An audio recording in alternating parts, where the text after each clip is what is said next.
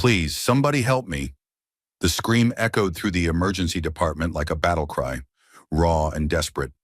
Rebecca Sterling stumbled through the automatic doors, her 8-month pregnant belly straining against a blood-stained hospital gown she'd clearly thrown on in haste. Sarah Knox froze at the nurse's station, her pen hovering over patient charts. That voice. She knew that voice better than her own heartbeat, even after 2 years of painful silence between them. 2 years since their last fight about Jonathan. 2 years since Rebecca had chosen her husband over family warnings. "I need a doctor now," Rebecca gasped, clutching her swollen belly with trembling hands. Blood seeped through the thin fabric of her gown, and her face was ghostly pale beneath perfectly applied makeup that couldn't quite hide the exhaustion etched around her eyes. Behind her, Jonathan Sterling followed at a measured pace, his perfectly pressed charcoal suit and cold expression a stark contrast to his wife's panic. He walked like a man annoyed by an inconvenience, checking his platinum watch and muttering into his Bluetooth headset about disrupted board meetings and Singapore investors. Sarah's military training kicked in, overriding 2 years of hurt feelings and wounded pride.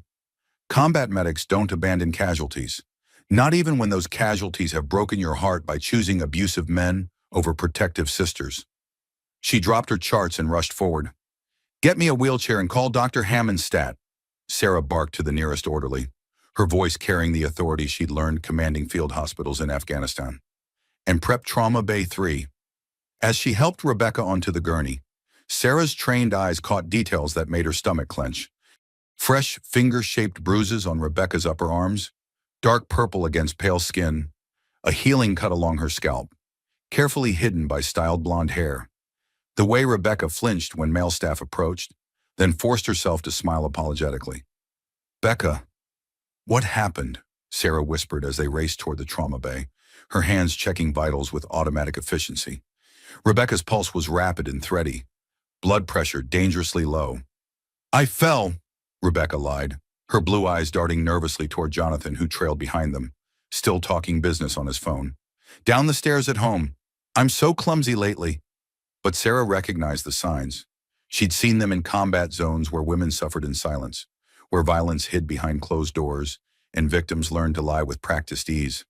The defensive posture, the fear masked as clumsiness, the way Rebecca's hand instinctively moved to protect her belly, as if expecting another blow. Rebecca Sterling, age 30, approximately 32 weeks pregnant. Sarah rattled off to Dr. Patricia Hammond as the emergency room physician hurried over. "Complains of abdominal pain and vaginal bleeding following alleged fall downstairs?" Dr. Hammond's experienced eyes took in the scene quickly. She'd been practicing emergency medicine for 20 years, long enough to read between the lines of Sarah's carefully chosen word alleged. "Let's get her on the monitor," Dr. Hammond ordered, pulling on latex gloves. "Full fetal assessment, complete blood count, and type and cross-match for possible transfusion." As they transferred Rebecca to the examination table, Sarah noticed more troubling signs. Old yellowing bruises on Rebecca's ribs, exposed when they lifted her gown, defensive scars on her hands and forearms. The way she apologized constantly, as if her very presence was an inconvenience. "I'm sorry for causing trouble," Rebecca whispered as Sarah attached the fetal heart monitor. "I know you're busy, and I should have been more careful on the stairs." The baby's heartbeat filled the room, rapid and irregular. Sarah watched the monitor display with growing alarm as the numbers fluctuated wildly. She'd assisted with enough high-risk pregnancies to know when something was seriously wrong. Dr. Hammond's face went grave as she studied the ultrasound screen. The baby's heart rate was dropping, and there were clear signs of fetal distress. Blood pooled in Rebecca's abdomen, indicating internal bleeding that had nothing to do with any fall downstairs. "Mr. Sterling," Dr. Hammond addressed Jonathan, who had finally ended his phone call and approached the trauma bay. "Your wife is bleeding internally. The baby is showing signs of severe distress. We need to prep for emergency surgery immediately." Jonathan's response chilled the room to absolute silence. "How long will this take? I have investors flying in from Singapore tonight. The IPO presentation cannot be delayed." Rebecca's face crumpled as if he'd slapped her in front of everyone. Even now, facing the potential loss of their child, Jonathan treated her like a business problem to be managed efficiently. Sarah watched her sister's spirit break a little more, watched her shoulders curve inward in the defensive posture of someone who'd learned to make herself small. "Sir," Dr. Hammond said with barely controlled anger, "your wife and child could die without immediate surgical intervention." "Yes, well, do what you need to do," Jonathan replied dismissively, already reaching for his phone again. "I'll be in the waiting room handling urgent matters." Sarah remembered why she'd served 3 tours in Afghanistan, why she'd volunteered for the most dangerous assignments treating wounded soldiers under enemy fire. She'd fought to protect people who couldn't protect themselves. She'd sworn an oath to heal, to comfort, to never abandon those in need. Looking at her sister's broken expression, Sarah realized the war had followed her home. As they prepped Rebecca for emergency surgery, Sarah squeezed her sister's hand. Despite the pain and fear, Rebecca managed a weak smile that broke Sarah's heart all over again. "I missed you so much," Rebecca whispered. "I know you were right about him.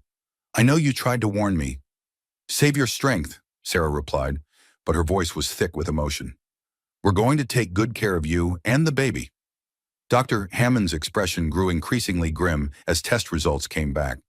The internal bleeding was severe, and the baby's distress signals were becoming critical. They had minutes, not hours, to act. "We need to move now," Dr. Hammond announced, releasing the brake on Rebecca's gurney. "Full surgical team to OR3 immediately."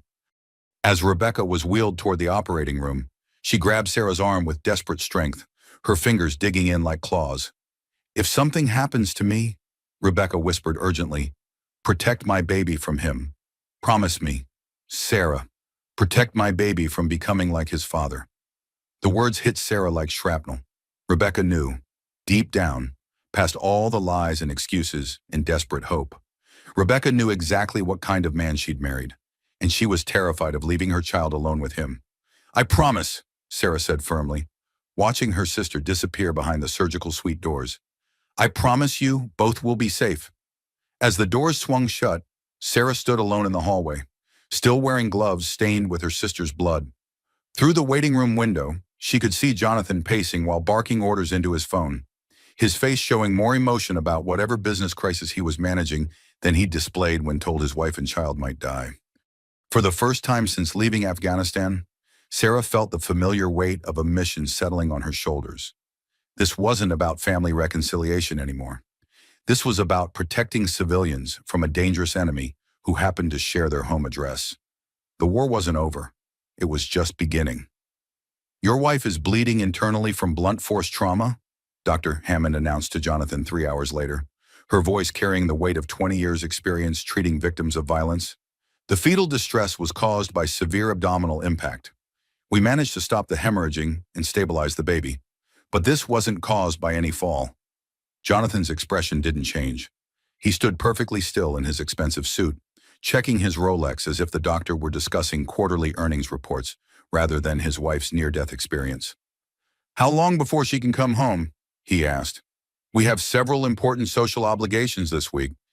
Sarah watched from the nurse's station, fury building in her chest like steam in a pressure cooker. She'd seen warlords show more compassion for enemy wounded than Jonathan displayed for his own wife and child. Dr. Hammond studied Jonathan with the clinical assessment of someone who'd learned to recognize predators in expensive clothing. "Mr. Sterling, your wife suffered significant internal trauma. The impact pattern suggests—" "Doctor," Jonathan interrupted smoothly, "my wife is extremely clumsy, especially during pregnancy. She's always been accident-prone. I'm sure you understand how hormonal changes can affect coordination and judgment." The words were delivered with practiced ease, as if he'd rehearsed this exact conversation. Sarah realized with growing horror that he probably had. This wasn't his first time explaining away Rebecca's accidents to medical professionals. "Sir, I've been treating trauma victims for 2 decades, Dr. Hammond replied firmly. "These injuries are consistent with deliberate assault, not accidental falls." Jonathan's mask slipped for just a moment, revealing something cold and calculating beneath the concerned husband facade. "Doctor, I think you're overreaching your medical expertise. My wife's condition is clearly related to pregnancy complications exacerbated by her sister's military-related mental health issues." Sarah felt the words hit like a physical blow. Jonathan had just weaponized her combat service, turning her 3 tours in Afghanistan into ammunition against her credibility. She'd saved lives, treated wounded soldiers under enemy fire, earned commendations for bravery under impossible conditions. And now he was twisting her service into evidence of instability. "What's my sister's military service have to do with Rebecca's internal bleeding?" Sarah asked, stepping closer to the conversation. "Sarah, isn't it?" Jonathan turned toward her with a smile that never reached his eyes. "Rebecca's told me so much about your difficulties adjusting to civilian life. Post-traumatic stress can manifest in many ways, including false accusations and paranoid thinking about family members." Dr. Hammond looked between them, clearly recognizing the manipulation tactic. "Mr. Osterling, regardless of family dynamics, I'm required by law to report suspected domestic violence. These injuries require investigation." "Of course," Jonathan agreed readily. "I want what's best for my wife and child, but I hope you'll consider the source of these accusations. Rebecca's sister has been estranged from our family for 2 years due to her inability to maintain healthy relationships. Military trauma often creates distorted perceptions of normal family interactions." Sarah watched him work, grudgingly impressed by the skill of his manipulation. He wasn't denying the injuries that would be too easily disproven. Instead, he was building a narrative where Rebecca's wounds were real, but caused by her own clumsiness. And any testimony to the contrary came from an unreliable source with documented mental health issues. It was brilliantly executed psychological warfare. "I'd like to see my sister now," Sarah said firmly. "I'm afraid that won't be possible," Jonathan replied. "Rebecca needs rest, and frankly, your presence seems to agitate her. The stress isn't good for the baby." Dr. Hammond intervened.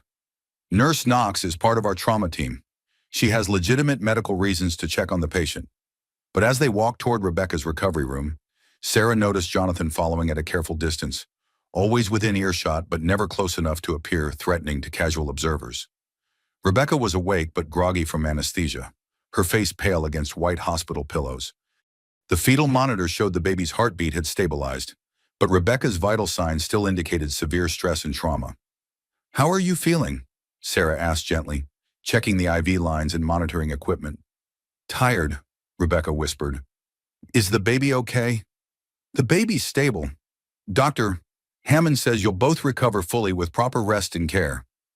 Rebecca's eyes darted toward the doorway, where Jonathan stood talking quietly with a well-dressed woman Sarah didn't recognize. Even heavily sedated, Rebecca tensed when she saw them together. "Who's that with Jonathan?" Sarah asked. "His public relations manager," Rebecca replied quietly. "Melissa something. She handles crisis management for Sterling Tech." Sarah felt another piece of the puzzle click into place. Jonathan hadn't just called lawyers, he'd activated his entire corporate damage control team. This wasn't a family emergency to him. It was a potential scandal requiring professional management. "Becca," Sarah said carefully, "I need to ask you something, and I need you to tell me the truth. Did Jonathan hit you?" Rebecca's hand moved instinctively to her bruised ribs, then stopped as she noticed Jonathan watching through the window. "I fell down the stairs, Sarah. I told you already." But her eyes said something entirely different. They screamed for help while her voice maintained the lie that had kept her alive for 2 years. "The medical evidence doesn't support that story," Sarah pressed gently. "Dr. Hammond says your injuries are consistent with being struck, not with falling." "Dr. Hammond is wrong," Rebecca insisted, but tears started flowing down her cheeks. "Jonathan loves me. He takes good care of me. He just gets stressed about work sometimes." Sarah recognized the classic pattern: minimizing, rationalizing, accepting blame for someone else's violence. She'd seen it in military families where power imbalances created perfect conditions for abuse. But she'd never seen it this close to home. "Becca, you almost died today. Your baby almost died. If someone is hurting you—" "No one is hurting me." Rebecca's voice rose, then immediately dropped to a whisper as she glanced nervously toward the door. "Please don't say things like that. Jonathan has a lot of important connections. People depend on Sterling Tech for their jobs. I can't be responsible for destroying all of that." The words revealed the trap Rebecca had been caught in. Jonathan hadn't just isolated her from family support, he'd convinced her that his success was her responsibility. that any threat to his reputation would destroy innocent people's livelihoods. Classic abuser tactic, making the victim complicit in maintaining the abuse by claiming others would suffer if the truth came out. "Rebecca," Sarah said firmly, "you're not responsible for other people's jobs. You're responsible for protecting yourself and your baby." "You don't understand," Rebecca sobbed quietly. "Jonathan's company is worth hundreds of millions. He has lawyers, connections, power I can't even imagine. If I leave him, I'll lose everything. My baby will have nothing." "Your baby will have a living mother." "Will I?" Rebecca's question hung in the air like smoke from a battlefield. "Jonathan said if I ever told anyone about our private business, he'd make sure I never saw my child again. He has custody lawyers on retainer. Sarah, he has judges who owe him favors. What chance do I have against all of that?" Sarah felt the full scope of Jonathan's control strategy revealing itself. He hadn't just been hitting Rebecca, he'd been systematically destroying her sense of agency, her belief in her own power, her connection to anyone who might help her fight back. Isolation, intimidation, economic control, legal threats. Textbook psychological warfare designed to create a victim who would never dare to fight back. Through the recovery room window, Sarah watched Jonathan charm the nursing staff with expensive coffee and concerned husband performance art, but his eyes remained cold and calculating, constantly assessing threats and managing his public image. "I want to help you," Sarah said, "but I need you to trust me." "I can't," Rebecca whispered. "Not yet. It's too dangerous." As if summoned by their conversation, Jonathan appeared in the doorway with a massive floral arrangement and his practiced smile. "How's my beautiful wife feeling?" he asked, his voice warm with false concern. "I brought your favorite roses." Sarah watched Rebecca's entire demeanor change. Her shoulders tensed, her breathing became shallow, and she forced a grateful smile that looked more like a grimace. "Thank you, honey. They're beautiful." Jonathan set the flowers on the bedside table and leaned down to kiss Rebecca's forehead. To anyone watching, it would look like a tender moment between devoted spouses. But Sarah saw Rebecca flinch almost imperceptibly when his lips touched her skin. "The doctors say you need lots of rest," Jonathan continued. "I've arranged for private security to make sure you're not disturbed by unnecessary visitors while you recover." Sarah's military training screamed danger. Private security wasn't protection, it was surveillance. Jonathan was putting guards around Rebecca under the guise of caring for her safety. "That's not necessary," Sarah said. "Hospital security is excellent, and family can provide support." "Thank you for your concern, Sarah, but Rebecca's needs are my responsibility now." Jonathan's tone remained pleasant, but his eyes conveyed a clear message: back off. "Actually, Dr. Hammond appeared in the doorway. "I need to discuss some concerns with both family members present." Jonathan's jaw tightened almost imperceptibly. "Of course, doctor. Whatever's best for Rebecca's health." But Sarah could see him calculating, planning his next move in this chess match where her sister's life hung in the balance. The war was escalating. The internal bleeding was caused by blunt force trauma to the abdomen. Dr. Hammond announced to Sarah privately 3 hours after Jonathan had left to handle urgent business matters. "These weren't injuries from a fall. Someone struck your sister with significant force." Sarah stood in the empty family consultation room, fluorescent lights humming overhead like insects. Through the window, she could see Rebecca sleeping fitfully, still connected to monitors that tracked both her heartbeat and her baby's fragile life. "I know," Sarah replied quietly, "but she won't admit it. She's terrified of him." "I've seen this pattern before with wealthy abusers," Dr. Hammond continued. "They use their resources as weapons, legal teams, social connections, financial control. They make victims believe resistance is impossible." Sarah's mind shifted into tactical mode, the same mental framework she'd used planning medical evacuations under enemy fire. Assessment, resources, objectives, threats. Rebecca was the casualty. Jonathan was the enemy. The baby was the mission. "What can we do legally?" Sarah asked. "I'm required to report suspected domestic violence, but that's also dangerous. Documentation can protect victims, but it can also escalate violence if the abuser feels cornered."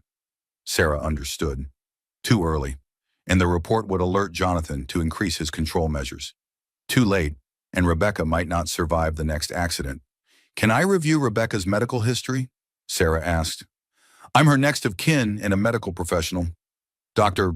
Hammond hesitated, then pulled up Rebecca's file on the computer terminal. What Sarah saw made her stomach drop. 5 emergency room visits in the past 2 years. Broken wrist from jogging accident, concussion from walking into cabinet door, bruised ribs from slipping in shower. Each incident had occurred within days of major Sterling Tech milestones, company expansion announcements, IPO preparation meetings, board presentations. The pattern was clear. Jonathan's violence escalated when he felt professional pressure or stress. He took out his business frustrations on his wife, then used his resources to cover up the evidence. Look at the insurance information, Dr. Hammond said quietly. Sarah scrolled down and felt her blood run cold.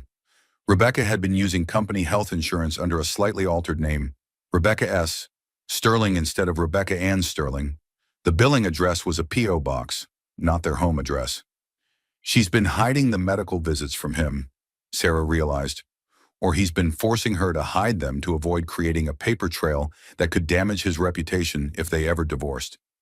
Sarah thought about Jonathan's perfectly orchestrated public image. Sterling Tech was preparing for a massive IPO that would make him worth hundreds of millions. Any hint of domestic violence charges would destroy investor confidence and tank the company's valuation. Rebecca wasn't just a wife to him, she was a potential liability that had to be managed carefully. I need to talk to her again, Sarah said. When she returned to Rebecca's room, her sister was awake and staring out the window at the city skyline. In daylight, the bruises on her arms looked even darker, and Sarah noticed a healing cut on Rebecca's scalp that had been hidden by carefully styled hair during the previous visit. How are you feeling? Sarah asked. Scared, Rebecca admitted quietly. Not about the medical stuff, about what comes next. Sarah pulled a chair close to the bed and sat down. Tell me what you're afraid of. Jonathan's already planning damage control. I heard him on the phone with his lawyers while I was pretending to sleep. They're building a case that I'm mentally unstable, that you're filling my head with paranoid delusions because of your PTSD. The strategy was sophisticated and cruel. Jonathan was preemptively discrediting both potential witnesses against him while appearing concerned and supportive to outside observers. What else did you hear? He's hired private investigators to dig up information about your military service, looking for anything that makes you appear unreliable. Medical records, incident reports, anything he can use to paint you as an unstable veteran with grudges against successful men. Sarah felt a chill of recognition. Jonathan wasn't just defending himself, he was going on the offensive, using her own service record as ammunition against her. Her deployment medical files, her combat stress evaluations, her therapy sessions after returning home, all of it could be twisted to support his narrative. He's also contacted hospital administration, Rebecca continued, claiming that having you on my care team violates conflict of interest policies because of our contentious family history and your documented mental health issues. The trap was brilliant and brutal. Jonathan was systematically removing every potential ally Rebecca had, while maintaining the appearance of a concerned husband, protecting his fragile wife from unstable family members. Becca, I want you to know that none of that matters to me. I'm not going anywhere. But what if they make you go away? What if they transfer you to another department or suspend you while they investigate his complaints? Sarah realized Rebecca's deepest fear wasn't physical violence. It was abandonment. Jonathan had spent 2 years isolating her from family and friends, convincing her that no one would help her, that she was completely alone. The possibility of losing Sarah again terrified her more than the threat of more beatings. Look at me, Sarah said firmly. I survived 3 combat tours in Afghanistan. I've treated wounded soldiers while enemy mortars exploded around our field hospital. I'm not afraid of some corporate bully in an expensive suit. Rebecca's eyes filled with tears. But he's not just some bully, Sarah. He's incredibly smart, incredibly connected, and he has unlimited resources. He owns judges, politicians, police chiefs. He's donated millions to charities, sits on hospital boards, employs thousands of people. Who's going to believe 2 women against all of that? The scope of Jonathan's power network was staggering, but Sarah had fought against overwhelming odds before. In Afghanistan, she'd learned that even the most well-equipped enemies had vulnerabilities if you were patient enough to find them. Does he hit you regularly? Sarah asked. Rebecca was quiet for a long time. It's not regular. Maybe once a month. Sometimes more when he's stressed about work. He's always sorry afterward. He brings flowers, jewelry, takes me on expensive trips, says it won't happen again. But it always does happen again. Yes, Rebecca whispered. And it's been getting worse since I got pregnant. He says the stress of becoming a father is overwhelming, that he never wanted children but agreed to make me happy. Classic escalation pattern. Pregnancy often triggered increased violence in abusive relationships because it represented a loss of control for the abuser. The victim's attention shifted to the baby. Their body changed beyond the abuser's control, and the legal complications of divorce became more complex with children involved. Have you ever thought about leaving? Every day, Rebecca admitted.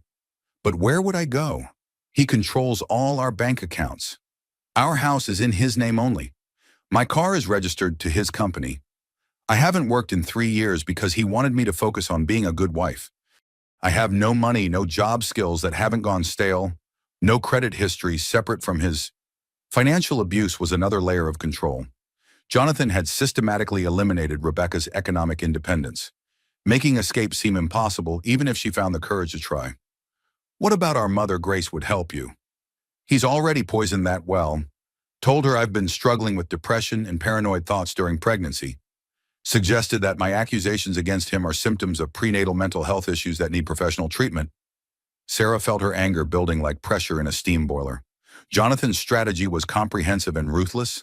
Isolate the victim, control the narrative, discredit potential witnesses, maintain public sympathy, and ensure that any attempt at escape would be portrayed as the desperate actions of an unstable woman.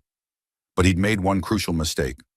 He'd underestimated the bond between sisters who'd grown up protecting each other, and he'd never faced an enemy who'd learned combat tactics from actual warfare. Becca, I need you to trust me on something. Can you do that? Rebecca nodded hesitantly. Start keeping a record. Dates, times, photos of injuries, copies of medical records. Hide everything where he can't find it. If we're going to fight him, we need ammunition. What if he finds out? What if he realizes I'm collecting evidence? Then we'll deal with that when it happens. But doing nothing guarantees you'll be trapped forever. Rebecca was quiet for several minutes, staring at her hands folded over her pregnant belly. When she looked up, Sarah saw a flicker of the fierce little sister who'd once fought neighborhood bullies despite being half their size. Okay, Rebecca said. But Sarah, if something goes wrong, if he hurts me worse or takes my baby away, I need you to know that none of this is your fault. You tried to warn me before I married him. You tried to save me then, and you're trying to save me now. Nothing's going to happen to you or the baby. I promise. But even as Sarah made the vow, she knew she was entering a war where the enemy held every advantage except one.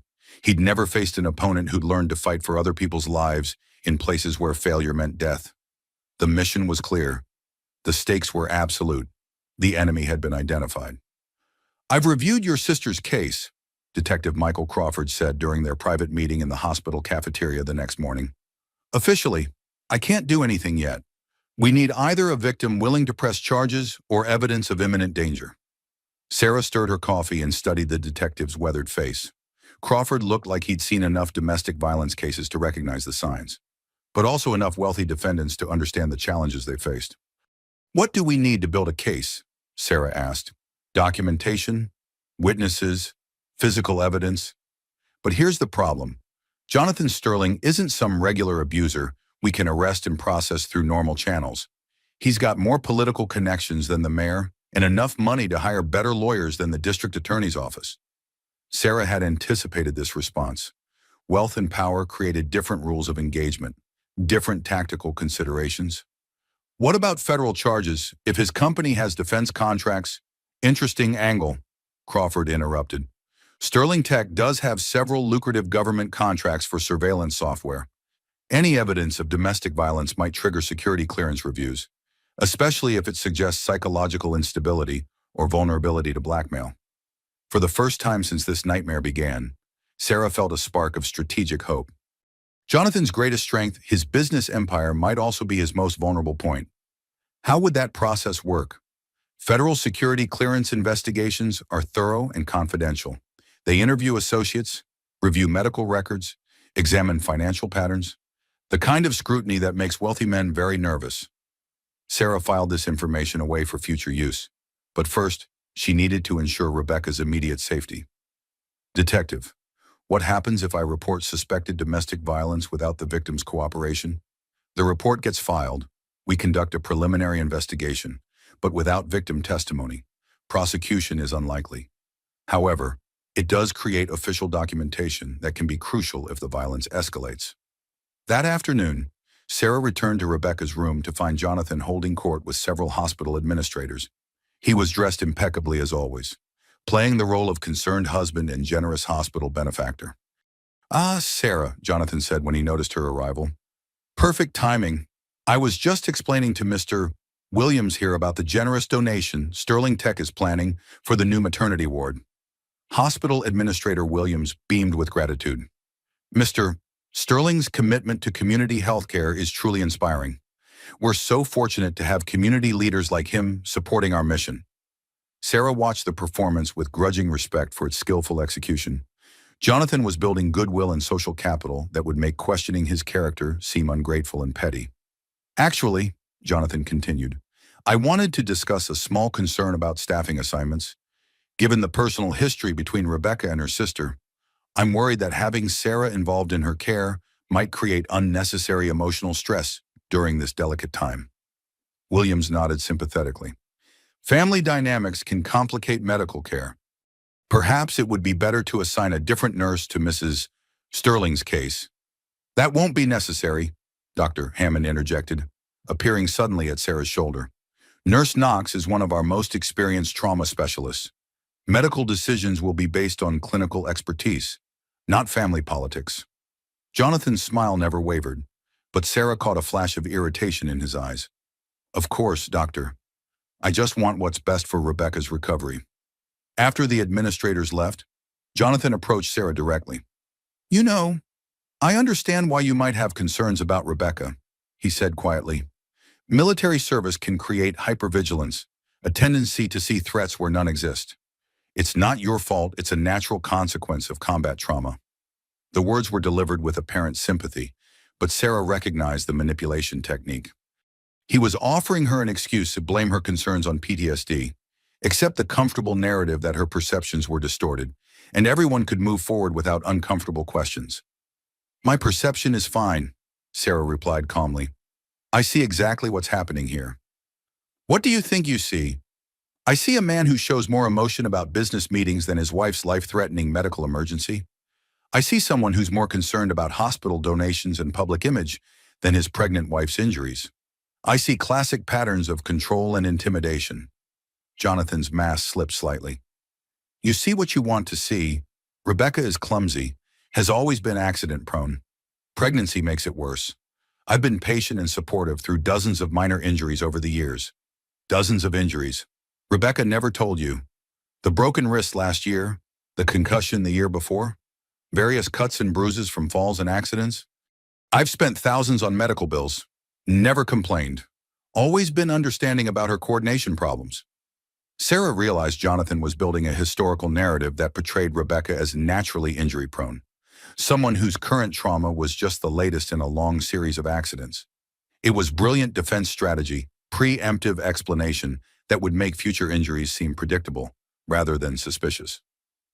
"Where were you when Rebecca fell down the stairs?" Sarah asked. "At the office, unfortunately. Saturday morning board meeting preparation. When I got home, I found her bleeding and immediately brought her here. I blame myself for not being there to prevent the accident." Even his alibi was crafted to generate sympathy. The devoted husband working weekends to provide for his family, feeling guilty about not being present to protect his accident-prone wife. "What time did you find her?" "Around 11:30. "Why do you ask?" Sarah didn't answer, but she filed the timeline away for future verification. If Rebecca had been struck that morning, the medical evidence might contradict Jonathan's story about when the injuries occurred. That evening, after visiting hours ended, Sarah made her way to Rebecca's room for an unofficial check. Her sister was awake, staring at the ceiling with the blank expression of someone lost in traumatic memories. "Can't sleep?" Sarah asked quietly. "Every time I close my eyes, I see his face when he gets angry. The way his whole personality changes, like someone else takes over his body. Tell me about this morning. What really happened? Rebecca was quiet for a long time. We had an argument about the baby's name. I wanted to name him Matthew, after Dad. Jonathan wanted something more distinctive, more befitting a Sterling family heir. That sounds like a normal disagreement. It was, at first. But then I said something about wanting our son to have Dad's kindness and integrity. Jonathan exploded. Said Dad was a weak man who died poor because he was too stupid to capitalize on opportunities. Sarah felt her own anger flare. Their father had been a high school teacher who devoted his life to helping struggling students. He died of cancer when Sarah was deployed overseas, leaving behind a legacy of lives touched and communities improved. Calling him weak was unforgivable. What happened next? Jonathan grabbed me by the shoulders and started shaking me, screaming about how I was already poisoning his son against him with sentimental garbage about my pathetic family. Then Rebecca's voice broke. Take your time. He punched me in the stomach. Said he'd rather have no child than one raised to be soft like the Sterling women. The words hit Sarah like physical blows. Jonathan hadn't just lost his temper, he deliberately targeted Rebecca's pregnancy, attacking both mother and unborn child in a calculated act of violence. That's when I started bleeding and called for help. But by the time we got here, he'd already invented the story about falling downstairs. Becca, this is attempted murder. He could have killed you and the baby. I know, Rebecca whispered, and he knows it too. I think that scared him enough to make him more careful about covering his tracks. Sarah understood now why Jonathan had been so prepared with explanations and alibis. This morning's violence had crossed a line even for him, and he was desperately trying to control the aftermath. We need to report this, Sarah said. Not yet. He's planning something. I can see it in how he's been talking to people, building sympathy, managing the narrative. If we move too fast, he'll destroy us both. Rebecca was right. Jonathan was conducting his own information warfare campaign, and they needed to be equally strategic in their response. What do you want to do? Exactly what you suggested yesterday. Document everything. Build evidence. Wait for the right moment. But Sarah, when we do make our move, we have to be absolutely certain we can win. Because if we fail, I'll never get another chance. Outside the hospital window, the city lights twinkled like distant stars. Somewhere out there, Jonathan was planning his next moves in this deadly game of chess where Rebecca and her baby were the ultimate prizes. Sarah thought about the tactical principle she'd learned in military training. Sometimes the best defense is preparation for an inevitable offense. Jonathan might hold the current advantage, but wars weren't won by single battles. The enemy had revealed his true nature. Now it was time to plan the counterattack. Sarah arrived at work the next morning to find a formal letter waiting in her staff mailbox. Hospital Human Resources wanted to meet with her regarding concerns raised about professional conduct and potential conflicts of interest in patient care assignments. Jonathan was escalating his campaign. Bastard works fast, muttered Amanda Wells, the hospital social worker, reading over Sarah's shoulder. Amanda was a sharp-eyed woman in her late 20s who'd seen enough domestic violence cases to recognize manipulation tactics across all social classes. You expected this? Sarah asked. Rich abusers always go after the support system first. Isolate the victim, discredit the witnesses, control the narrative. Sterling's just doing it with more expensive lawyers and better PR. Sarah had worked with Amanda on several difficult cases involving military families, and she trusted the younger woman's instincts about predatory behavior. Can you help me understand what we're dealing with? Sarah asked. Amanda pulled up Sterling Tech's corporate information on her computer. Jonathan Sterling, 38 years old, CEO and founder of Sterling Technology Solutions. Company specializes in surveillance software for government and corporate clients. Annual revenue around $200 million. We're preparing for IPO that could push valuation over $1 billion. The numbers were staggering, but Sarah focused on the business model. Surveillance software meant Jonathan understood information warfare, data collection, and privacy invasion at a professional level. Look at this, Amanda continued, scrolling through news articles. Sterling Tech has contracts with Homeland Security, Defense Department, several three-letter agencies. Jonathan has security clearances that require regular psychological evaluations and lifestyle investigations. Sarah felt another piece of the tactical puzzle clicking into place. Those clearances would be jeopardized by domestic violence charges. Exactly. And here's the interesting part. Sterling Tech is majority owned by Jonathan personally. If he loses his security clearances, the government contracts disappear, and the company becomes worthless overnight. For the first time since this nightmare began, Sarah saw a potential weapon that could match Jonathan's resources. His business empire wasn't just his strength, it was also his greatest vulnerability. How do we use that information? Amanda's expression was grim. Carefully. Men like Jonathan don't collapse quietly. They take everyone down with them. That afternoon, Sarah met with Detective Crawford in a small conference room near the police station's domestic violence unit. He'd been investigating Sterling Tech quietly, running background checks and reviewing public records. Interesting pattern, Crawford said, spreading photographs and documents across the table. Jonathan Sterling has been involved in 3 previous relationships that ended badly. First wife divorced him after 18 months, cited irreconcilable differences, but settled out of court with a substantial payout and sealed records. Sarah studied the divorce papers. The settlement amount was blacked out, but the legal language suggested significant financial compensation in exchange for confidentiality agreements. Second relationship was a 2-year engagement to a marketing executive named Jennifer Walsh. Engagement ended abruptly when she was hospitalized for a hiking accident that left her with multiple fractures and internal injuries. Did she press charges? No. And 3 months later, she moved to Seattle with enough money to start her own consulting firm. Another sealed settlement, another confidentiality agreement. The pattern was clear and terrifying. Jonathan had been refining his abuse tactics for years, learning how to use wealth and legal pressure to silence victims and erase evidence of his violence. What about the third relationship? Crawford's expression darkened. College girlfriend named Lisa Chen. She died in what was ruled a suicide during their senior year, but the investigating officers noted suspicious circumstances that were never fully explored. Sarah felt cold dread settling in her stomach. What kind of suspicious circumstances? Lisa had filed a campus police report about Jonathan's aggressive behavior 2 weeks before her death. Report was buried after Jonathan's father made a substantial donation to the university. Lisa's roommate told investigators she'd been afraid of Jonathan, said he'd been stalking her after she tried to break up with him, but it was ruled suicide. Lisa jumped from her dormitory roof. No witnesses, no note, no signs of struggle.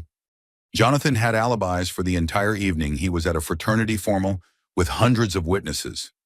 Sarah absorbed this information with growing horror. Jonathan's violence wasn't just escalating with Rebecca.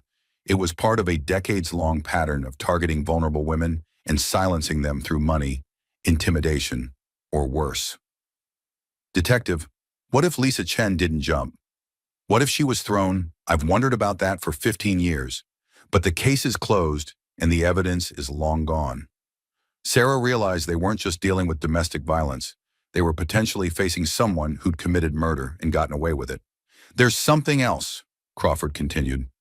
Sterling Tech's employee records show an unusual pattern of turnover among female staff, especially women in positions where they'd have regular contact with Jonathan. High rates of sudden resignations, early retirements, and transfers to other companies. Workplace harassment, probably, but all covered by non-disclosure agreements and sealed settlement payments. Jonathan's learned how to weaponize the legal system against anyone who threatens his reputation. That evening, Sarah returned to Rebecca's hospital room with a new understanding of the danger they faced. This wasn't just about stopping one incident of domestic violence. They were dealing with a serial predator who'd been perfecting his methods for 20 years. How are you feeling? Sarah asked. Better physically.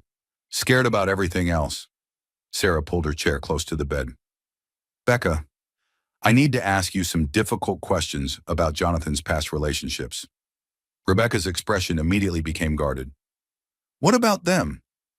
Has he ever mentioned previous girlfriends or wives talked about why those relationships ended? Not really. He said his first marriage was a mistake, that she was too immature to handle the pressures of his business success. The engagement after that ended because she wasn't supportive of his ambitions. Exactly the kind of victim-blaming narrative Sarah would expect from someone with Jonathan's psychological profile. Did he ever mention anyone named Lisa Chen? Rebecca went very still. How do you know that name? Police records. She was his college girlfriend. She died under suspicious circumstances. Jonathan told me she was mentally unstable, that she committed suicide because she couldn't handle the stress of dating someone successful. He said it taught him to be careful about getting involved with women who weren't emotionally strong enough for serious relationships. Sarah felt sick. Jonathan had turned even Lisa's death into a tool for manipulating future victims, using the tragedy to suggest that women who couldn't handle his behavior were inherently weak or unstable. Becca, what if I told you that Lisa filed a police report about Jonathan's behavior 2 weeks before she died? Rebecca's face crumpled.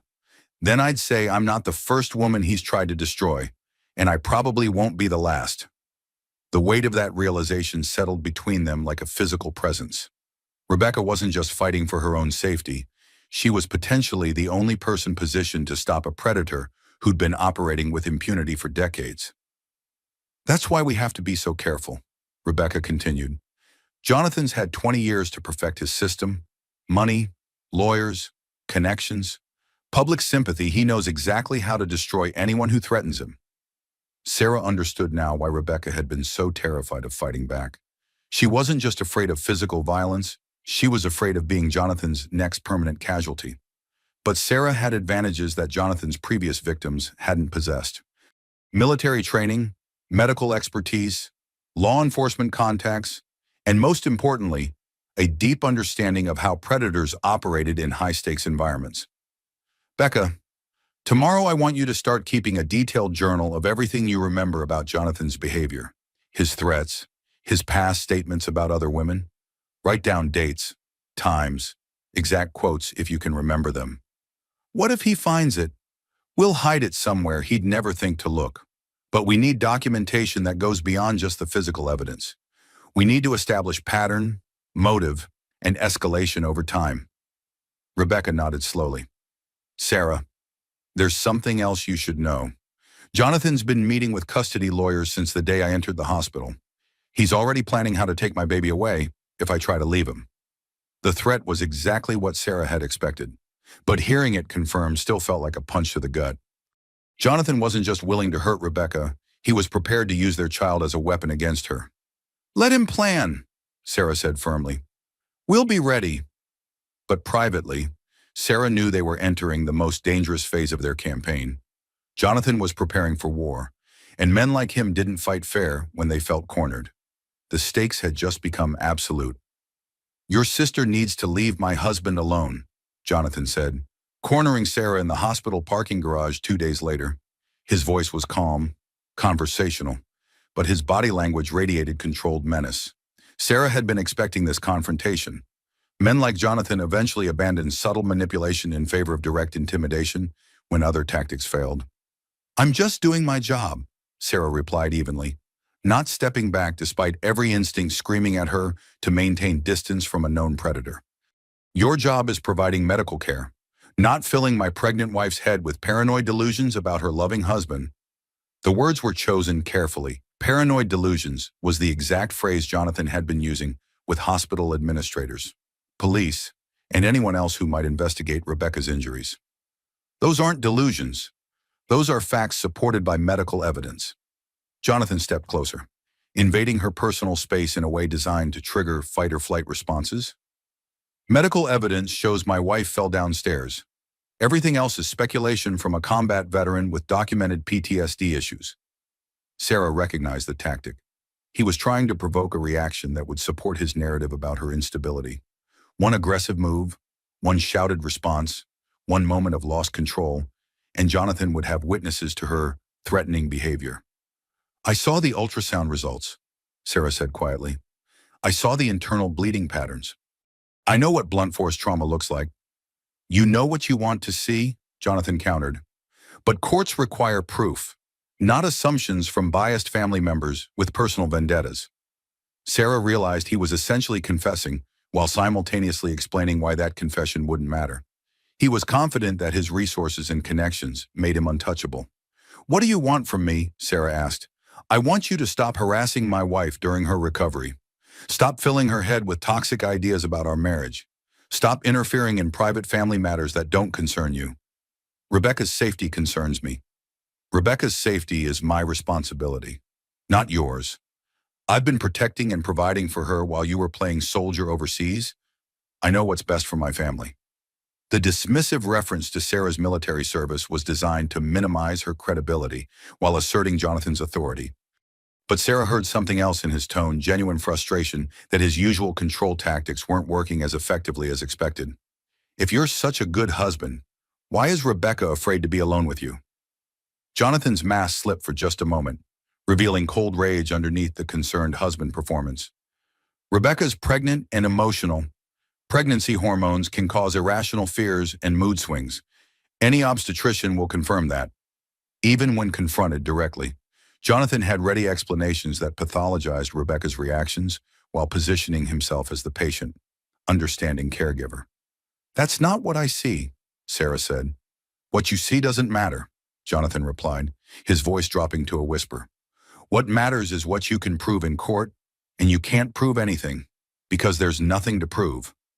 Sarah felt the full weight of his confidence in that moment. Jonathan genuinely believed he was untouchable, that his money, connections, and legal preparation made him immune to consequences. "Are you threatening me?" Sarah asked clearly, loud enough for her words to carry in the concrete garage space. "I'm not threatening anyone," Jonathan replied smoothly, immediately returning to normal conversational volume. "I'm simply asking you to respect my family's privacy during a difficult time." But his eyes conveyed a different message. "Challenge me again, and I'll destroy your career, your reputation, and your future." That afternoon, Sarah found an envelope in her staff mailbox containing copies of her military medical records, personnel evaluations, and therapy session notes from her post-deployment treatment. Someone with serious resources had obtained sealed federal documents and was prepared to use them against her. The message was clear: Jonathan could access any information about her life, her service record, her vulnerabilities. He was demonstrating the scope of his investigative capabilities while reminding her that privacy was a luxury he could revoke at will. Amanda Wells found Sarah sitting in the break room, staring at the leaked documents spread across the table. "Jesus Christ," Amanda muttered, recognizing the implications immediately. "He really did get your military files. That's federal law violation right there." "He's showing me what he's capable of," Sarah replied. "This is psychological warfare." "It's also stupid. Using illegally obtained federal records as intimidation creates a paper trail back to whoever procured them. Jonathan just gave us evidence of witness tampering and privacy violations." Sarah looked up sharply. "You think we can use this against him?" "Maybe, but first we need to understand how he got access to classified military medical records. That level of document procurement suggests either high-level government connections or criminal conspiracy." That evening, Detective Crawford reviewed the leaked documents with growing amazement and anger. "Someone with serious federal access pulled these files," he confirmed. "Military medical records are classified information that requires specific clearances and legal justification to obtain. Can we trace who requested them? With a federal investigation? Yes, but that requires probable cause and jurisdictional cooperation that could take months to arrange." Sarah felt the tactical situation clarifying. Jonathan had made a critical error by escalating to federal document theft. His demonstration of power had also created evidence of criminal activity that went far beyond domestic violence charges. "Detective, what if Sterling Tech's government contracts gave Jonathan legitimate access to federal databases that he's now using illegally for personal purposes?" Crawford's expression sharpened. "That would be abuse of security clearances, misuse of classified systems, and violation of about 15 federal statutes. Career-ending, company-destroying stuff. How do we prove it? We need evidence that Jonathan personally requested or received these documents through official channels, then used them for unauthorized purposes." Sarah thought about Rebecca's journal, about the documentation they'd been building, about Jonathan's pattern of using his professional resources for personal control. What if we could demonstrate a pattern of using Sterling Tech resources for domestic surveillance and intimidation? That would trigger a federal security review that could shut down all of Jonathan's government contracts pending investigation. For the first time since this war began, Sarah saw a path to victory that matched Jonathan's own weapons against him. His greatest strength, his security clearances and government connections, could become his greatest vulnerability if they could prove he'd been abusing those privileges. But they needed Rebecca's cooperation to build that case, and Rebecca was still terrified of Jonathan's retaliation. The next morning, Sarah returned to her sister's room to find Rebecca packing a small overnight bag. "Going somewhere?" Sarah asked. "Home," Rebecca replied quietly. "Jonathan says I'm recovered enough to continue resting at home with private nursing care." Sarah felt alarm bells screaming in her mind. Isolated at home with private caregivers chosen by Jonathan, Rebecca would be completely cut off from outside support and medical oversight. "Is that what you want? It's what Jonathan thinks is best for me and the baby?" The words were spoken without emotion, in the flat tone of someone who'd given up fighting for her own agency. "Becca, once you leave the hospital, it'll be much harder for anyone to help you if something goes wrong." "I know," Rebecca replied, "but Jonathan's been very clear about what happens if I don't cooperate with his plans for our recovery period." "What did he threaten?" "That any further disruption of our family peace will result in immediate custody proceedings where my mental stability and family support system will be thoroughly evaluated by court-appointed professionals." Sarah understood the threat. Jonathan was prepared to use the legal system to declare Rebecca an unfit mother if she continued seeking outside help or maintaining contact with potentially destabilizing family members. "That's blackmail. That's marriage to Jonathan Sterling," Rebecca replied with bitter accuracy. As Rebecca finished packing, Sarah realized they were approaching the final phase of this conflict. Jonathan was moving to complete his control over Rebecca and eliminate outside interference. The time for subtle maneuvering was over. The time for direct engagement had arrived. But first, Sarah needed to ensure that when Jonathan made his next move, it would be captured on record by people positioned to use that evidence against him. The trap was ready. Now they just needed the predator to spring it. Sarah burst through the hospital room door just as Jonathan's hand flew toward Rebecca's face. Military reflexes honed by 3 combat tours took over. She intercepted his wrist mid-swing with a grip that could have broken bones if she'd chosen to apply pressure. "Touch her and you're dead," Sarah said with the calm of someone who'd made that promise before, and meant every word. For a moment, the room was frozen in perfect stillness. Jonathan's hand caught inches from Rebecca's face. Sarah's fingers wrapped around his wrist like steel cables. Rebecca pressed back against her hospital bed with terror and hope warring in her eyes. Then Jonathan rallied, his business executive persona snapping back into place like a mask. "Security!" he shouted, his voice carrying the authority of someone accustomed to being obeyed instantly. "This woman is attacking me. She's having a PTSD episode." Sarah maintained her grip on Jonathan's wrist while speaking clearly for the witnesses she knew would arrive momentarily. "This man was striking his wife. I witnessed assault in progress and intervened to prevent further violence." Hospital security guards appeared in the doorway, followed by Dr. Hammond and Amanda Wells. To their eyes, the scene might look ambiguous. Sarah holding Jonathan's arm while he called for help. Rebecca cowering on the bed. Jonathan immediately shifted tactics, playing victim with practiced skill. "Thank God you're here. Sarah's been stalking my family, making threats, disrupting Rebecca's recovery. Check her military records. She's been struggling with combat-related mental health issues that make her see violence where none exists." For a crucial moment, Sarah saw her entire future hanging in balance.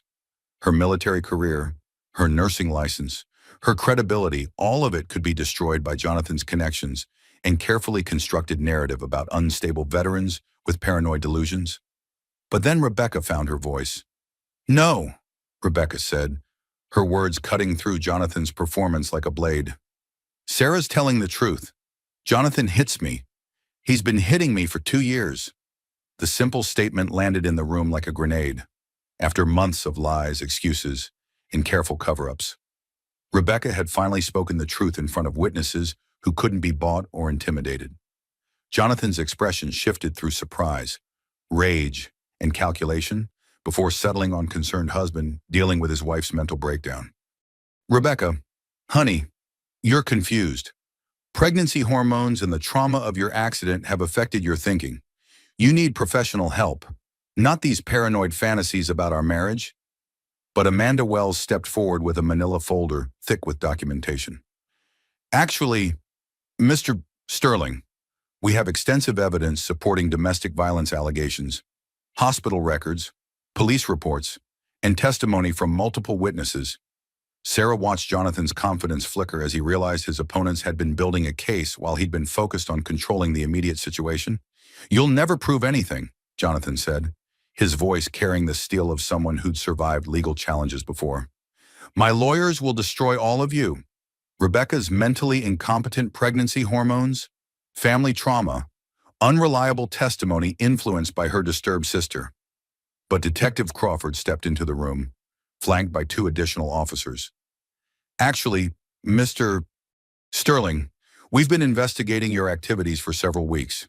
We have physical evidence, witness testimony, and documentation of a pattern of abuse spanning multiple relationships." Jonathan's mask was cracking now, revealing the cold calculation beneath his public persona. "Pattern of abuse. My previous relationships ended amicably. Any allegations to the contrary are covered by confidentiality agreements that prevent false accusations. Confidentiality agreements don't prevent federal investigation of security clearance violations," Crawford replied calmly. "We've traced the illegal procurement of classified military records back to Sterling Tech's government database access. That's federal crime territory. Mr. Sterling." For the first time since Sarah had known him, Jonathan looked genuinely afraid. His business empire, his security clearances, his entire power structure were suddenly under federal scrutiny. But Jonathan played one final card, reaching toward Rebecca with apparent tenderness while speaking to the assembled witnesses.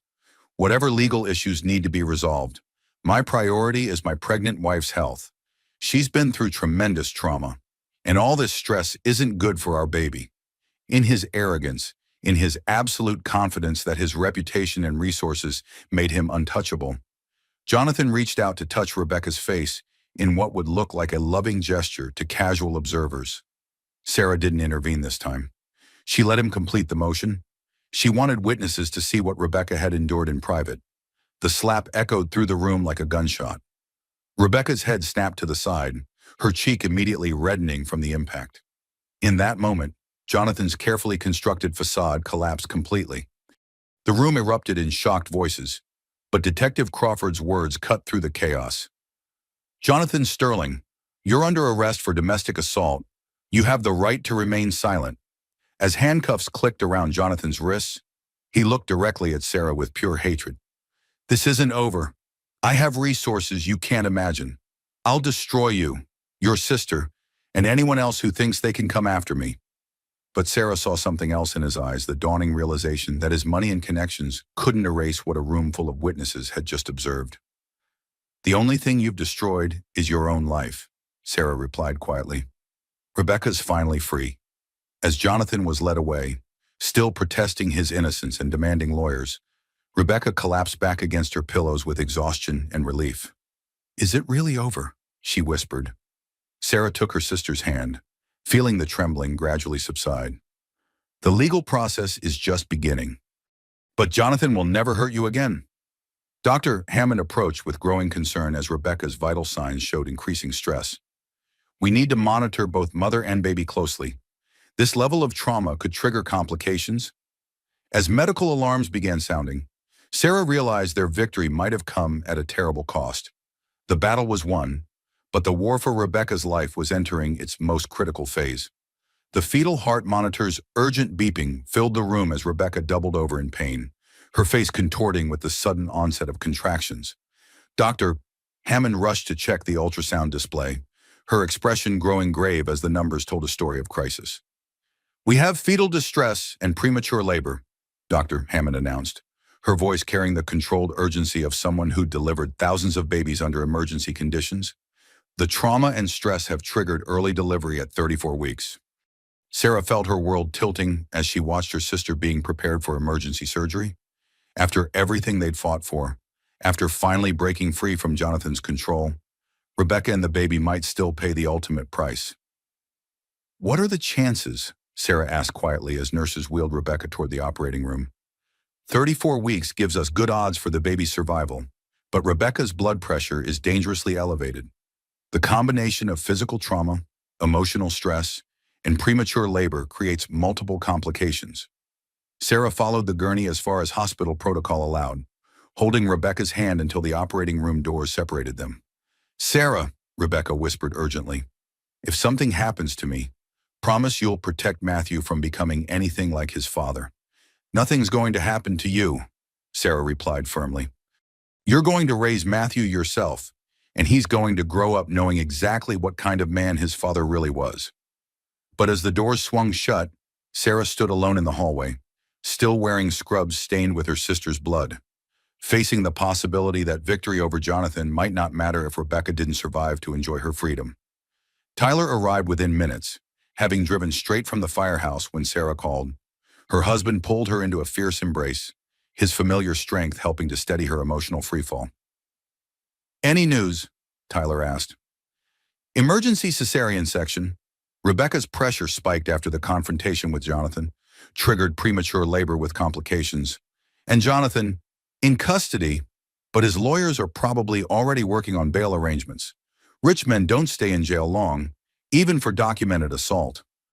Tyler's jaw tightened with the controlled anger of someone who'd seen too many domestic violence calls end badly. "What do we do if he gets out?" Sarah realized she hadn't thought beyond the immediate crisis of protecting Rebecca from Jonathan's violence. Now they faced the longer-term challenge of ensuring safety for Rebecca and baby Matthew in a legal system that often favored wealthy defendants with expensive attorneys. Amanda Wells approached with a tablet full of legal documents and procedural forms.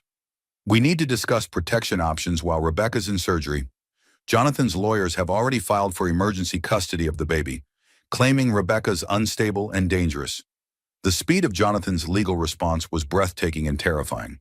Even from a jail cell, he was continuing his campaign to control Rebecca through threats against their child. "Can they do that?" Sarah asked.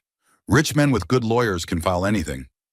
The question is whether courts will take emergency custody claims seriously when the father is currently in jail for assaulting the mother. Sarah understood that Jonathan's wealth and connections created different rules of engagement, even in the criminal justice system.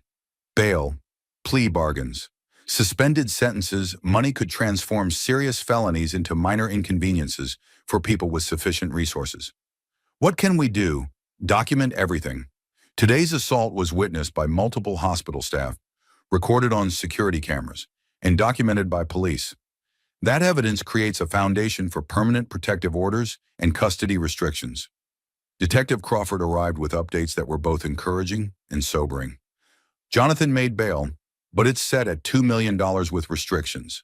No contact with Rebecca or the baby, surrender of passport, GPS monitoring, and supervised visits only if custody is granted. $2 million isn't much for someone worth hundreds of millions, Tyler observed grimly. True, but federal investigators are now involved because of the security clearance violations. Sterling Tech's government contracts are under review, which could destroy the company's value overnight. Sarah felt a flicker of tactical satisfaction. Jonathan's demonstration of power through leaked military records had created the very federal scrutiny that threatened his entire empire. "How long before we know about the baby?" Amanda asked. "Emergency cesarean sections at 34 weeks usually take 2 to 3 hours, depending on complications," Sarah replied, falling back on medical knowledge to maintain emotional control. As they settled into the surgical waiting room, Sarah reflected on how quickly their lives had been transformed. This morning, Rebecca had been a victim trapped by fear and isolation. Now she was a survivor fighting for her life and her child's future, surrounded by people committed to protecting both. Grace Sterling arrived within the hour, her face streaked with tears and set with determination. Rebecca's mother had driven straight from her home upstate, and she looked like she was prepared for battle. "Where is he?" Grace demanded, her normally gentle voice carrying steel that reminded Sarah exactly where she and Rebecca had inherited their fighting spirit. "In jail," Sarah replied. "Finally." "Good. And where's my daughter?" "Emergency surgery." The stress triggered premature labor. Grace's expression softened with worry before hardening again with resolve. "That baby is going to need all the protection we can give him. Jonathan's not going to give up custody without a fight." "He's facing federal charges now," Detective Crawford explained. "Security clearance violations, illegal document procurement, witness intimidation." The domestic violence charges are just the beginning. Grace nodded grimly. I should have spoken up years ago when I first suspected he was hurting Rebecca. I should have intervened before it escalated this far. You couldn't have known how dangerous he really was, Sarah said. None of us understood the full scope of his control tactics. But you figured it out, Grace replied. You came home from war zones to fight another battle for family. I'm proud of you for not giving up on your sister. As evening settled over the hospital, Dr. Hammond finally emerged from the operating room. Her expression was cautiously optimistic, but Sarah could see the exhaustion of someone who'd fought hard to save 2 lives. Both mother and baby are stable, Dr. Hammond announced, her words carrying the weight of answered prayers. Rebecca lost a significant amount of blood and required transfusion, but she's responding well to treatment. Matthew weighed 4 pounds, 8 ounces, small but strong. He's breathing independently and showing good vital signs. Sarah felt her knees buckle with relief. Tyler caught her arm, steadying her as the full impact of their survival hit her emotional system. Can we see them? Grace asked. Rebecca's still unconscious from surgery, but stable. Matthew's in the neonatal intensive care unit for monitoring, but you can visit briefly. As they made their way to the NICU, Sarah thought about the long road ahead. Legal battles, custody fights, recovery from trauma, rebuilding Rebecca's independence, all of it would require sustained effort and vigilance. But for the first time since this nightmare began, Sarah felt genuine hope. Rebecca had survived. Matthew had survived.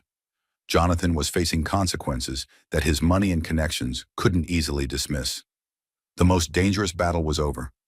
Now came the work of healing and rebuilding lives that had been shattered by years of carefully concealed violence. Looking through the NICU window at her tiny nephew sleeping peacefully in his incubator, Sarah made a silent vow that Matthew Sterling would grow up surrounded by protection, love, and strong role models who would teach him that violence was never acceptable. The war was ending. The peace would be even harder to win. He's beautiful, Rebecca whispered, holding Matthew for the first time 3 days after the emergency delivery. The baby was still small, but his grip was strong as he wrapped tiny fingers around his mother's thumb. Sarah watched her sister cradle her son with the fierce protectiveness of someone who'd nearly lost everything. The bruises on Rebecca's face were fading, but her eyes held a new hardness, the look of someone who'd survived hell and was determined never to go back. Any word from Jonathan's lawyers? Rebecca asked quietly, as if speaking his name might summon him back into their lives. They're trying to arrange supervised visitation rights, but Judge Martinez denied the request pending resolution of criminal charges, Amanda Wells reported. Federal investigators are also building cases for security clearance violations and illegal surveillance activities. Sarah felt cautious satisfaction at Jonathan's legal troubles multiplying. Sterling Tech's stock price had crashed when news of the CEO's arrest went public, wiping out hundreds of millions in company value and triggering investor lawsuits. What about custody long-term? Grace asked, settling into the chair beside Rebecca's bed. Their mother had been a constant presence since Matthew's birth, rebuilding the family connections that Jonathan had worked so hard to sever. That's more complicated, Amanda admitted. Even with criminal convictions, fathers retain parental rights unless courts determine they pose ongoing danger to children. Jonathan's lawyers will argue that domestic violence toward the mother doesn't automatically disqualify him from supervised custody. Rebecca's grip tightened protectively around Matthew. I won't let him anywhere near my son, not after what he did. We'll fight every legal battle necessary, Sarah promised, but it's going to require documenting everything, building comprehensive evidence of why Jonathan poses a continuing threat. Dr. Hammond joined their family conference with updates on Rebecca's physical recovery. Medically, you're healing well. Blood counts are normal. Surgical incision is clean, and you should be ready for discharge within a few days. What about Matthew? He's gaining weight and hitting all the developmental milestones we expect for premature infants. Another week in NICU for monitoring. Then he should be ready to go home. Home. The word carried complicated implications now. Rebecca's house was technically marital property, filled with memories of violence and control. She'd need somewhere safe to rebuild her life with Matthew. You're both staying with us until you find a permanent place, Tyler announced, speaking for the first time since entering the room. We've converted the spare bedroom into a nursery, and our security system is military grade. Sarah squeezed her husband's hand gratefully. Tyler understood that protecting family sometimes required long-term commitment, not just immediate intervention. I can't ask you to, Rebecca began. You're not asking, Grace interrupted firmly. You're accepting help from people who love you. That's what families do. Over the following week, their support network expanded as Rebecca's story spread through carefully managed media coverage. Amanda had connected Rebecca with a nonprofit organization supporting domestic violence survivors, particularly women escaping wealthy abusers who used legal and financial resources as weapons.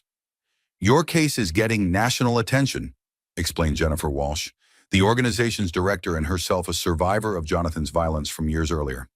Women are coming forward with similar stories about wealthy men using the same control tactics. Sarah remembered Jennifer's name from Detective Crawford's investigation, Jonathan's former fiancé, who'd been hospitalized for hiking accident, injuries before accepting a settlement and confidentiality agreement. How many others? Rebecca asked. Dozens, just in the past week. Jonathan's arrest gave them permission to speak about experiences they'd been forced to hide. The scope of Jonathan's predatory behavior was staggering. Police departments in 3 states were reopening old cases involving Sterling Tech employees, business associates, and women from Jonathan's social circles. Federal investigators were finding patterns of surveillance, intimidation, and financial manipulation that suggested systematic abuse of corporate resources for personal control.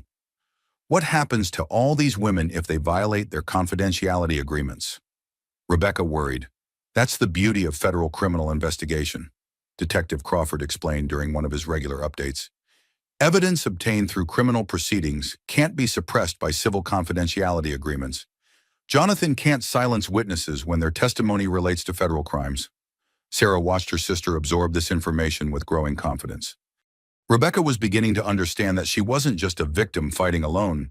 She was part of a larger movement of survivors who could support each other's recovery and justice efforts. Matthew thrived in the NICU environment, growing stronger daily under careful medical supervision. Sarah often found Rebecca sitting beside the incubator, talking quietly to her son about the life they would build together, free from fear and violence. I'm going to teach you that real strength means protecting people who can't protect themselves, Rebecca whispered to Matthew during one of these vigils. I'm going to show you that love doesn't involve control or intimidation or making someone afraid. Sarah listened from the doorway, recognizing in her sister's voice the same determination that had carried her through combat deployments and dangerous medical missions. 2 weeks after Matthew's birth, Jonathan's legal situation deteriorated significantly. Federal prosecutors filed charges including security clearance violations, illegal surveillance, witness intimidation, and conspiracy to obstruct justice. Sterling Tech lost all government contracts, and the company filed for bankruptcy protection. His entire empire is collapsing, Amanda reported with satisfaction. No more resources for expensive lawyers or private investigators. But Sarah knew that desperate men often became more dangerous, not less, when their control systems failed. What's his bail status? Sarah asked Detective Crawford. Still out on GPS monitoring, but federal charges usually mean pretrial detention. We're pushing for bail revocation based on ongoing witness intimidation. That afternoon, Rebecca received a text message from an unknown number. You've destroyed everything. I hope you're proud of yourself. This isn't over. Sarah immediately called Detective Crawford, who traced the message back to a burner phone purchased with cash untraceable, but clearly violating Jonathan's no-contact restrictions. This gives us grounds for bail revocation, Crawford confirmed. Judge Martinez takes protection order violations seriously, especially when they involve threats to domestic violence survivors. Within hours, Jonathan was back in custody, his bail revoked pending trial. Sarah felt a weight lift from her shoulders as she realized her sister and nephew were finally truly safe from immediate physical threat. How are you feeling about all this? Sarah asked Rebecca that evening as they sat in the NICU watching Matthew sleep peacefully. Guilty, Rebecca admitted quietly. Dozens of people lost their jobs when Sterling Tech collapsed. Jonathan's parents are devastated. His business partners are facing lawsuits. Sometimes I wonder if I should have just stayed quiet and endured it. Sarah recognized the classic survivor's guilt, taking responsibility for consequences that actually resulted from the abuser's choices, not the victim's courage in speaking truth. Becca, you didn't destroy those jobs. Jonathan destroyed them when he chose to abuse his power and commit federal crimes. You didn't ruin his parents' lives. Jonathan did that when he became a violent predator who used his family's resources to hurt vulnerable women. But if you hadn't fought back, he would have eventually killed you, just like he probably killed Lisa Chen in college. Then Matthew would have grown up with a murderer for a father and no mother to protect him. Rebecca was quiet for a long moment, studying her son's peaceful expression. Do you think Matthew will ever have to know the details about his father? Someday, when he's old enough to understand. But by then, he'll have years of evidence that real men don't hurt the people they love. He'll know the difference between strength and violence. 3 weeks after Matthew's birth, he was finally ready for discharge. Rebecca had found a small apartment near the hospital with security features and proximity to her support network. She was also starting part-time therapy to process the trauma and rebuild her sense of personal agency. I want to go back to work eventually, Rebecca told Sarah as they prepared Matthew's nursery. Marketing, consulting, something that uses my education and gives me financial independence. What about childcare? Moms offered to help during the transition. Tyler's Firehouse has connections with reliable babysitting services for first responders' families. We'll figure it out. Sarah heard something new in her sister's voice. Confidence, planning, hope for the future. The woman who'd once been terrified of making any decision without Jonathan's approval was now taking charge of rebuilding her entire life. The legal proceedings moved forward with steady progress. Jonathan's criminal trials were scheduled for the following year, but his federal charges virtually guaranteed significant prison time. More importantly, the pattern of evidence from multiple victims created grounds for permanent protective orders that would prevent any future contact with Rebecca or Matthew. I keep waiting for the other shoe to drop, Rebecca confided during one of their weekly family dinners at Sarah and Tyler's house. For some legal loophole or technicality that lets Jonathan escape consequences? That's normal, Amanda assured her. Survivors of systematic abuse often struggle to believe their freedom is permanent. It takes time to trust that safety is real. Sarah understood her sister's caution. Years of living under Jonathan's control had taught Rebecca to expect punishment for any act of independence or resistance. Healing from that psychological conditioning would take longer than physical recovery from violence. But Sarah also saw daily evidence of Rebecca's growing strength. The way she advocated for Matthew's medical care, the confident manner in which she interviewed potential childcare providers, the firm boundaries she maintained with well-meaning relatives who suggested forgiveness and moving on too quickly. I'm proud of you, Sarah told Rebecca one evening as they watched Matthew learning to focus his eyes on colorful toys. Not just for surviving, but for how you're building a new life for both of you. I couldn't have done any of this without you, Rebecca replied. You came home from war to fight another battle for family? That means everything to me. Sarah thought about her military service, about the missions that had seemed so important at the time, about the lives she'd saved in combat zones thousands of miles away. None of those achievements felt as significant as helping her sister escape from domestic terrorism disguised as marriage. We protected each other, Sarah said simply. That's what sisters do. As winter settled over the city, their lives found new rhythms of healing and hope. Rebecca's therapy sessions helped her process trauma while building strategies for independent living. Matthew grew stronger and more alert daily, showing signs of the intelligence and spirit that would serve him well in a world where he'd be surrounded by protective adults who understood the difference between love and control. Jonathan's trials generated significant media coverage, inspiring other survivors to come forward and seek justice. Legislative proposals emerged for better legal protections for domestic violence victims facing wealthy abusers.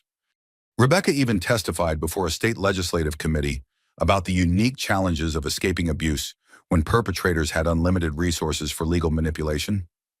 Every woman who speaks up makes it easier for the next woman to be believed, Rebecca told the legislators. My sister saved my life by refusing to be intimidated by wealth and power. Now I want to help other women find that same courage.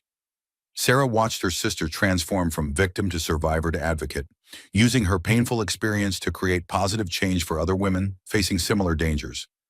The war that had started in a hospital emergency room was ending with legislative hearings and legal precedents that would protect future generations of women and children. But first, they had to finish winning their own battle for permanent safety and justice.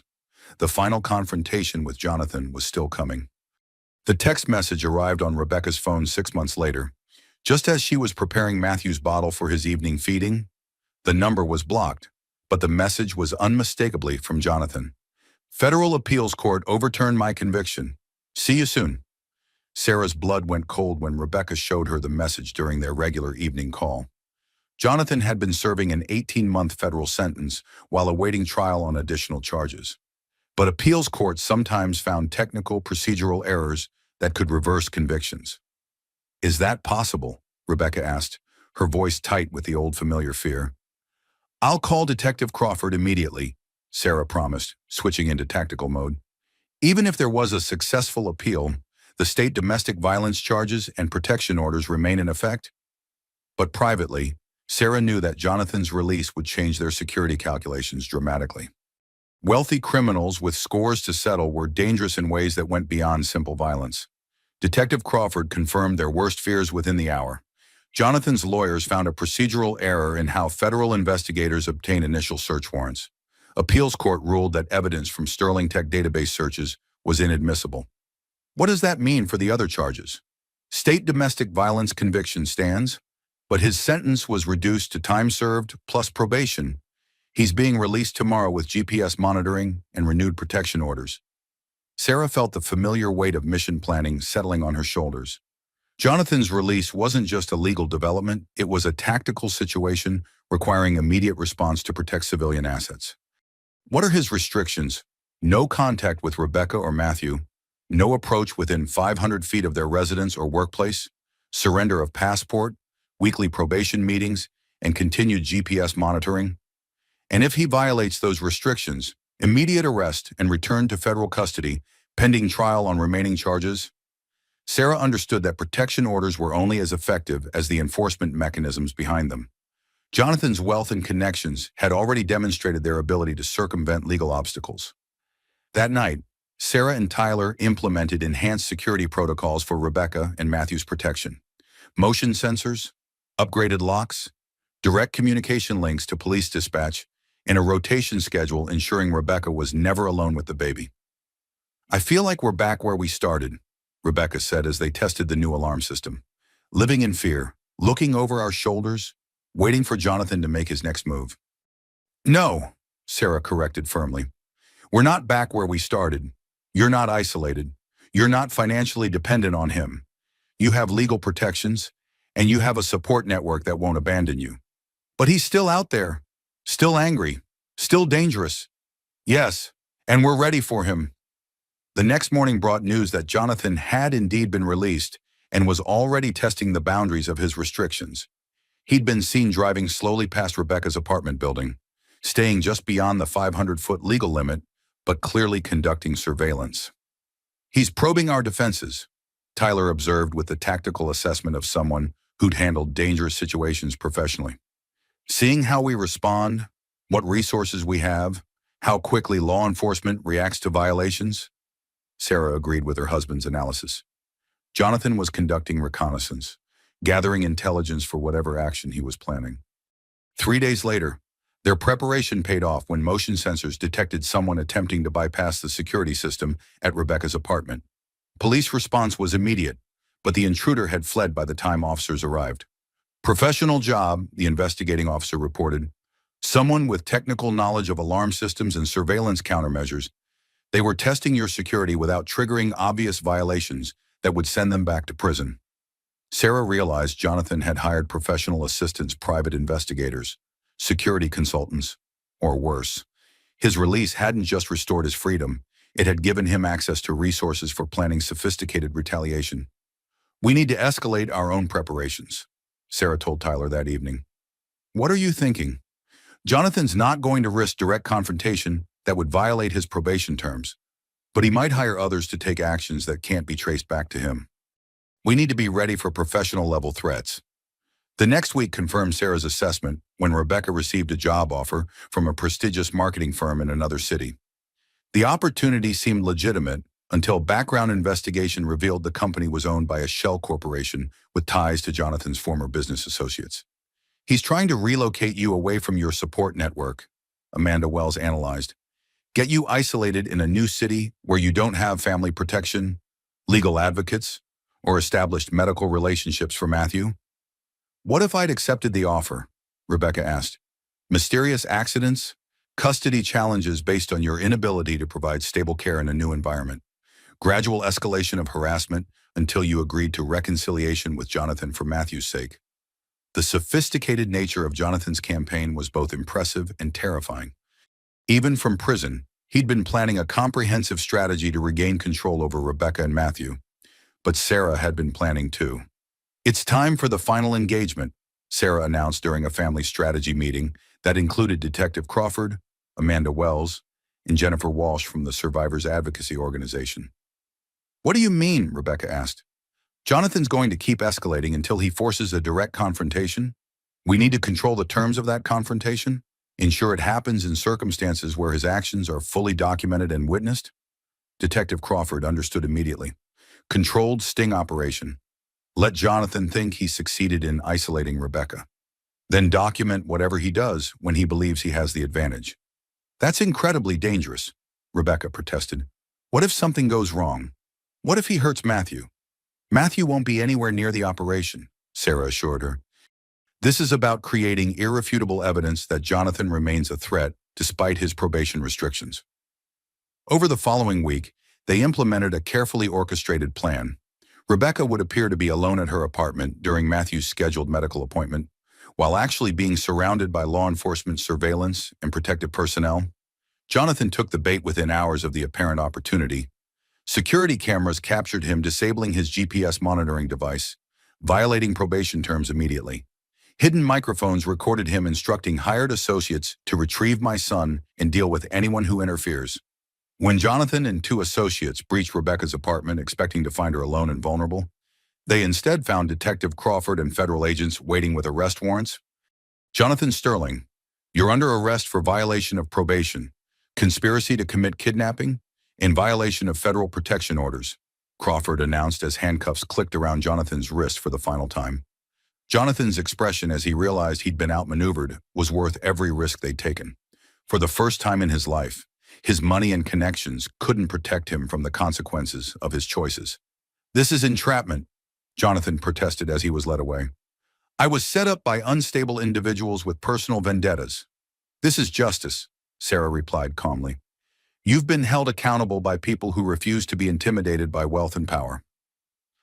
6 months later, Jonathan was sentenced to 15 years in federal prison without possibility of parole. Sterling Tech's remaining assets were liquidated to pay restitution to victims and cover legal costs. Most importantly, permanent termination of parental rights ensured that Matthew would grow up free from his father's influence. How do you feel? Sarah asked Rebecca after the final sentencing hearing. Free, Rebecca replied simply. For the first time in years, genuinely free. Sarah watched her sister playing with Matthew in the courthouse hallway, surrounded by the family and friends who'd supported their fight for justice. Rebecca had not only survived domestic terrorism disguised as marriage, she'd transformed her survival into advocacy that had helped dozens of other women escape similar situations. You know what's interesting, Rebecca said as they prepared to leave the courthouse. I used to think strength meant enduring pain silently, accepting whatever treatment people chose to give me. Now I know strength means asking for help when you need it, speaking truth even when it's dangerous, and refusing to let powerful people hurt vulnerable ones. Sarah felt profound pride in her sister's journey from victim to survivor to advocate. The woman who'd once been too terrified to report domestic violence was now testifying before congressional committees about legal reforms to protect abuse survivors from wealthy perpetrators. As they walked toward their cars, Sarah's phone buzzed with an emergency dispatch from the hospital. Another domestic violence case, another woman in crisis, another opportunity to use her skills and experience to protect someone who couldn't protect themselves. Go, Rebecca said, recognizing the look on Sarah's face. Someone else needs what you gave me. Sarah hugged her sister and nephew goodbye, then headed toward the hospital where another battle was beginning. But this time, she carried the confidence of someone who'd proven that even the most powerful predators could be defeated by people willing to fight for justice. The war that had started with Rebecca's desperate cry for help in the emergency department had ended with legislative changes, legal precedents, and a new generation of advocates committed to protecting vulnerable women and children. But Sarah knew there would always be another emergency call, another woman in crisis, another chance to prove that love and courage could triumph over wealth and violence. "Please, somebody help me," came the familiar cry as Sarah entered the hospital. "We've got this," she replied as moving toward the sound with the steady confidence of someone who'd learned to win battles that others thought were unwinnable. The mission continued. The victory was permanent. And Matthew Sterling would grow up in a world where his mother's courage had made safety possible for countless other families facing similar dangers. Justice, Sarah had learned, wasn't just about punishment for perpetrators. It was about creating a world where the next generation didn't have to fight the same battles their parents had survived. The war was over. The peace was just beginning.